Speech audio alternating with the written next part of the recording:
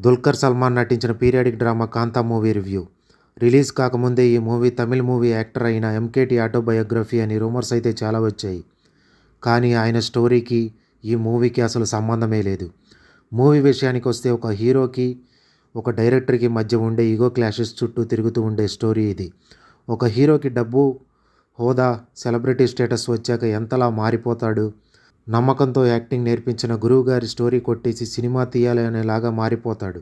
హీరోగా దుల్కర్ ఇంకా గురువుగారిలాగా సముద్రఖని గారు నటించారు. ఆ శాంత అనే మూవీని కాంతా అని ఎందుకు తీయాలని అనుకుంటున్నాడు అనేది మీరు థియేటర్లోనే చూడాలి. యాక్టింగ్ విషయానికి వస్తే దుల్కర్ గారిది మాస్టర్ పీస్ యాక్టింగ్. అదిరిపోతుంది. కొన్ని సీన్స్లో గూస్ బంప్స్ వస్తాయి లిటరల్లీ. హీరోయిన్ది కూడా పర్ఫార్మెన్స్ ఓరియంటెడ్ క్యారెక్టర్. పర్ఫెక్ట్లీ ఒదిగిపోయింది క్యారెక్టర్లోకి. సముద్రఖని గారి క్యారెక్టర్ అయితే ఏడ్పించేసింది. నేచురల్గా చాలా బాగా యాక్ట్ చేశారు. రాణా గారి యాక్టింగ్ గురించి చెప్పనక్కర్లేదు, మంచి రోల్ ప్లే చేశారు. సెకండ్ హాఫ్ రాణా ఇంట్రడక్షన్ తర్వాత స్టోరీ థ్రిల్లర్ జోనర్కి మారుతుంది. దుల్కర్కి ఇంకా రాణా మధ్య ఉండే ఫేస్ ఆఫ్ సీన్స్ మాత్రం హోరాహోరీగా సాగుతాయి. Songs by Jaanu Chantar is not bad. Background music అదిరిపోయింది. సినిమా ఆటోగ్రఫీ అయితే ఇంటర్నేషనల్ లెవెల్లో ఉంది. ఓవరాల్గా ఈ బొమ్మ బ్లాక్ బస్టర్ అంతే. Thank you.